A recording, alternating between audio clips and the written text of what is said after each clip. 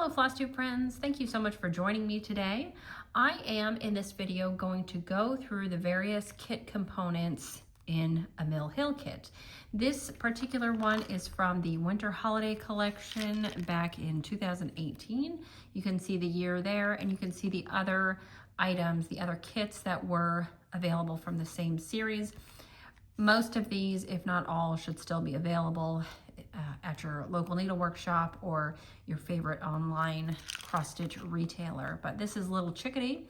This was a gift from a friend. She had a bunch of Mill Hill kits in her collection, and she knows that I stitched them, and I think she decided she was never going to get to a few of them, so she passed them on to me, which was very, very nice of her. I have stitched many Mill Hill kits in the past. Well, I can't say most now, but I would say a lot of the Christmas ornaments that go up every year are Mill Hill kits that I have stitched over the last several years. Many, many Santas, some angels, wise men, and Santa faces, things like that. So I will link a video that I did, I think it was late last year, talking all about Mill Hill kits, showing you the various ones that I had completed. But let's go ahead and go through this one today. So on the back, you'll see that it says, the kit includes Mill Hill glass beads, Mill Hill treasures, the 14 count perforated or painted perforated paper, floss, needles, magnet, and chart. Now the magnet here I am not actually going to use. When I finish this, I will turn it into a little ornament. But all of the other components we will be using. So easy enough to just pull this out here. You can always store everything back in the included plastic bag, or you can put it in a different bag of your choosing. I usually do keep these, even works in progress, I keep them in the plastic bag. Just fits everything perfectly. It's maybe not the most convenient thing having to pull the paper out like that, but it works well enough. So we've got our cover photo here, and then the perforated paper. This is actually, let's see, looks like we've got a treasure substitute.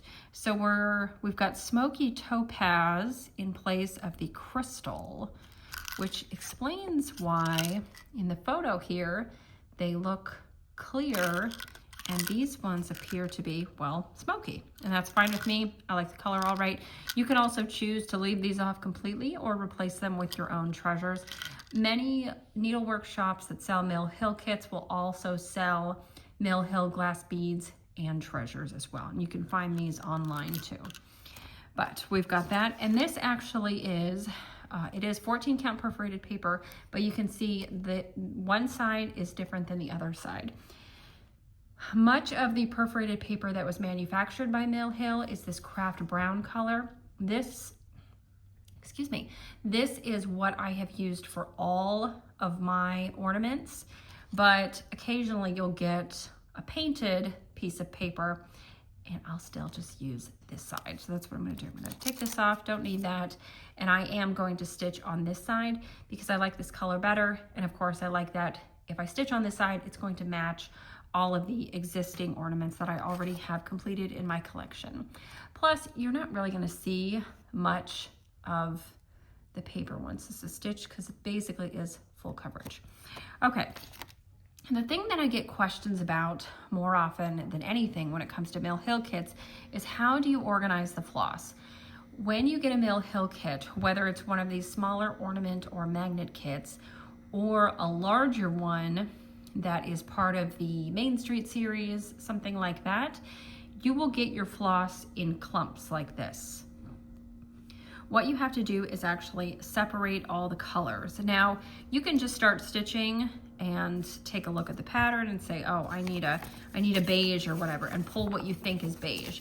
But it is actually, it will behoove you to go through and look at the thread list and figure out which is which before you get started. Now you can see the chart is on this same page. It is up there at the top right. It's very clear, easy to read, and you also have stitching and beading diagrams included as well. The back will have instructions on how to get started, how to bead. So if you are new to stitching in general, if you are new to Mill Hill kits, all of the information that you need to get started and successfully complete one of these kits is included. But let's take a look here. We have 1, 2, 3, 4, 5, 6, 7, 8, 9, 10, 11, 12, 13 colors it looks like. These symbols down here are for straight stitches, black and white, and we already have black and white in the thread list. Then down here is the list of beads and the symbols that coordinate with each of the different beads, and then what you're supposed to use, what type of stitch you're supposed to use to apply the beads to your perforated paper. Another thing to note here is these asterisks. These beads are together in one bag, so the peachy blush, the antique red, those are together in one bag. All other beads are together in a second bag. Should make it pretty easy to determine what is what. All right, one thing I would recommend, this is just how I do it, is to find a way to store your floss. Now, you can use some sort of floss card, you can use floss drops, you can bobbinate, but I have been stitching Mill Hill kits for decades, actually. So what I have been doing is separating the colors and then making little coils and storing those in the zippered bag, the plastic bag that is included, or in some kind of pouch. So that is what I am going to continue to do. Even though I have gotten into cross-stitching in the last few years, cross-stitching on linen, I should say, in the last few years, and I organize my threads for those projects in a much different way, I continue to just do the same thing for my Mill Hill kits as I did when I was a kid and through young adulthood and then even now. So, you know, if it ain't broke, don't fix it, right? Okay, first thing I'm doing is I'm pulling out all of the what appear to be aqua colored threads. I think we may have two different colors here. We have aqua. Do we have another blue? No, it looks, oh yes, we have blue and then we have aqua. So we need to determine what the difference is here. And it's not always easy to tell. Do you have crackers? Yes, there are bath crackers.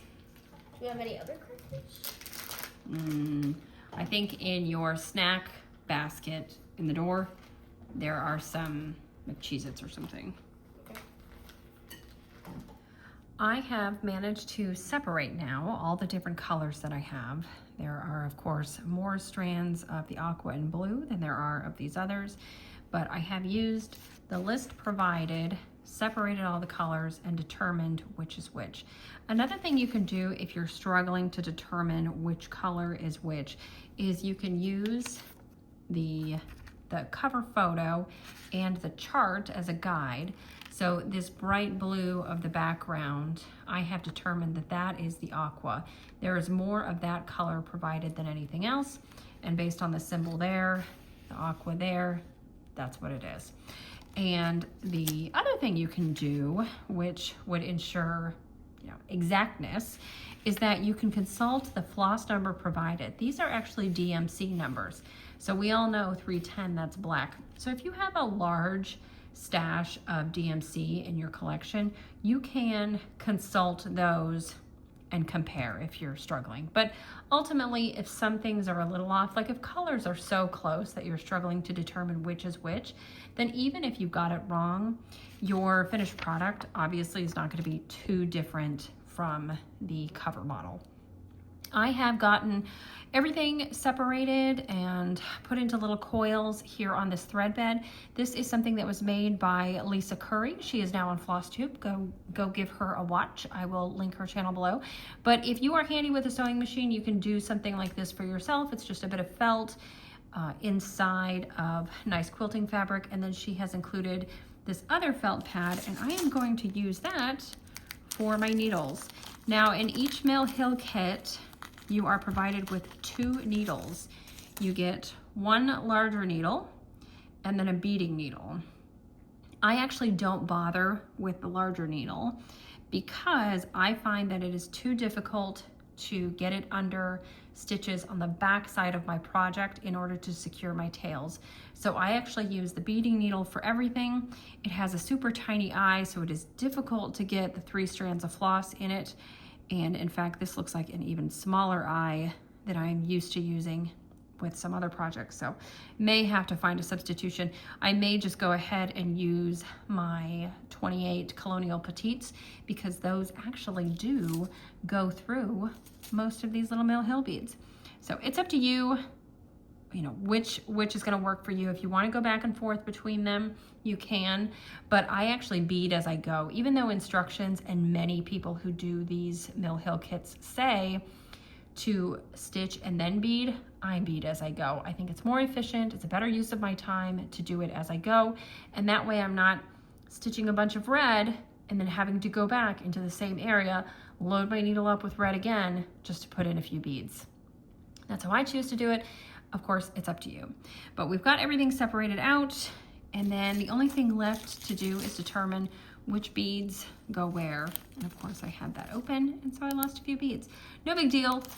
It's part of the game, right? They give you so many extras, you should not run out of beads. In fact, you probably will have enough material left over to do this whole kit again one more time. That's if you have some extra perforated paper in your collection. You might be a little low on beads, but certainly to do it once, they give you plenty of everything. All right, so then to go ahead and get started, you can start in the middle. That would be recommended because you have a limited amount of perforated paper. If you have a larger cut that you can use as opposed to the piece that's provided, of course, then you have plenty of excess and you won't worry about running out of room. I often try to determine how much extra I will have on each side. Now, this particular piece is 40 by 34, so it's 40 stitches wide, 34 stitches high. So what I would normally do is I would go ahead and count 34. Once I get to 34, then I would count how many extra I have left and divide that by 2, and that way I'll know what my margin is. So I am gonna go ahead and do that real quick. All right, I have counted from the bottom to 34. This is 34. So what I have left is 1, 2, 3, 4, 5, 6, 7, 8, 9-ish. So we'll call it 8. And that way I know I can count up 4, have room for the entire design, and still have 4 left on the other side. And then I would do the same thing going left to right. So that is an easy way to determine where you need to start if you are like me and want to start in the corner as opposed to the middle. Because even on something like this, I really don't like to start in the middle. That's just not my MO. I am not a center starter. The only other thing I would recommend, besides a thread bed or some sort of pouch to put all this in, are some little dishes for your beads. Now, you can just use little ceramic bowls like I usually do. You can also get bespoke beading trays that have separate wells, and you can separate them all out. Normally, in fact, I will say never. I never bother separating these out. I just dump all of one bag into one bowl or well, and all the beads from another bag into another bowl or well, because when I am fishing for a little black bead, it's obvious what I need to pull from here. And if I'm looking for a red bead out of this mix, I'm not gonna mistakenly pull the wrong one. Easy peasy. But that's it. That's what I do to go ahead and get myself ready to start one of these Mill Hill kits. So I thought this was a good time to pull this out. It is July. I've been doing a lot of Christmas in July stitching and having a lot of fun with it. And I realized though, I need to get going on with some ornaments if I want to have new ones to put on my tree this year. But as I say, I will link below my Mill Hill Kit parade video that I did sometime last year. You can find that in the drop-down box below.